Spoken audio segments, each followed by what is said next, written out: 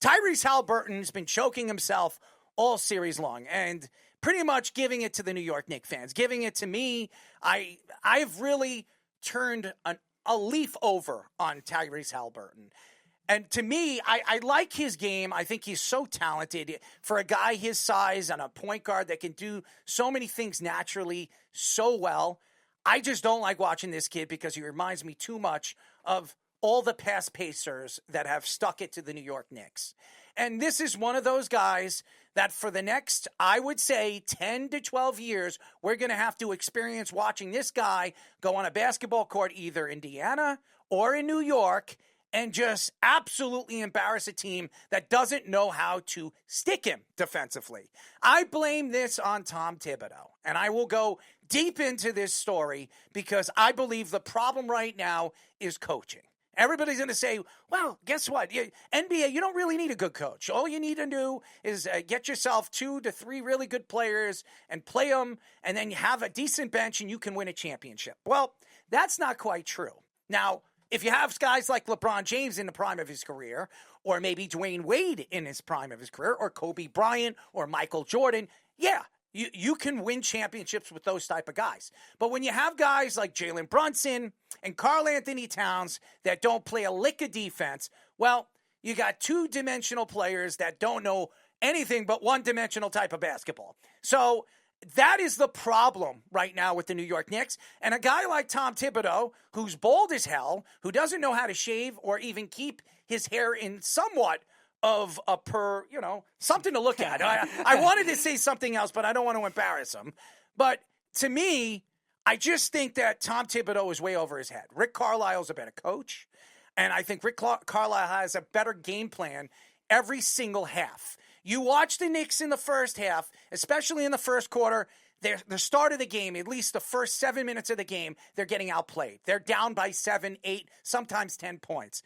And then you get close to third quarter at the end of the second quarter with about 2 minutes, 3 minutes left. The Knicks always make a run. They cut it down to 6 or 7, and they go into the half thinking, hey, the Knicks got a chance. If they pick up the pace in the third quarter, they can take the lead and make the Pacers work for every single point. That's what you would think when you have guys like OG Anunoby and Mikal Bridges. Well, I don't know what the Knicks are doing at half. Maybe they're drinking some Coca-Cola, drinking some beers, or sniffing some lines. Because by the time they come back after the half, it looks like they were partying in the locker room, or they thought, hey, this is going to be an easy quarter. We don't have to play. All we got to do is minimize the mistakes that we made in the first half, and we're going to kick the crap out of the Pacers. Well, ladies and gentlemen, I don't know what, and I'll say this, I don't know what Tom Thibodeau is doing at the half.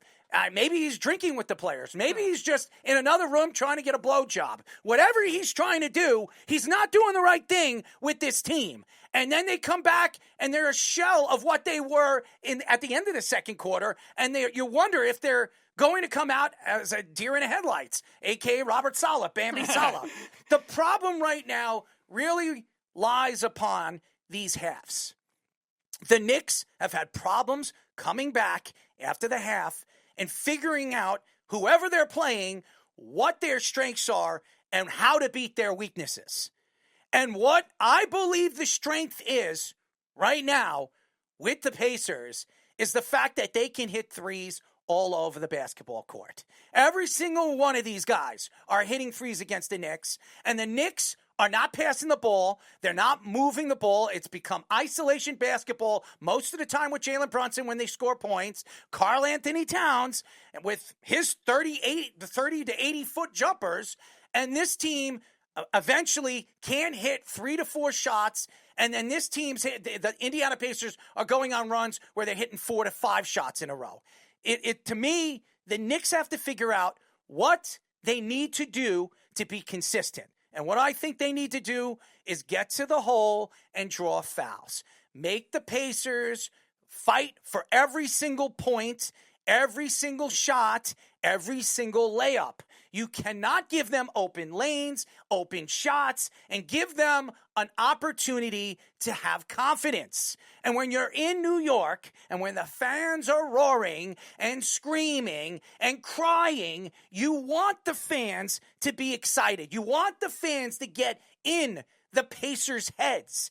But over the last couple of times, we've seen not only the Pacers, teams like Detroit or even sometimes Boston, they come to the Garden and the Knicks just, I don't know where the Knicks are. They're in La La Land. They're in the Wizard of Oz. They're hanging out with Toto. There's no yellow brick road for them. And I don't get it anymore. And Jalen Brunson, you got to wake up, man. You got to pass the ball. Share the ball.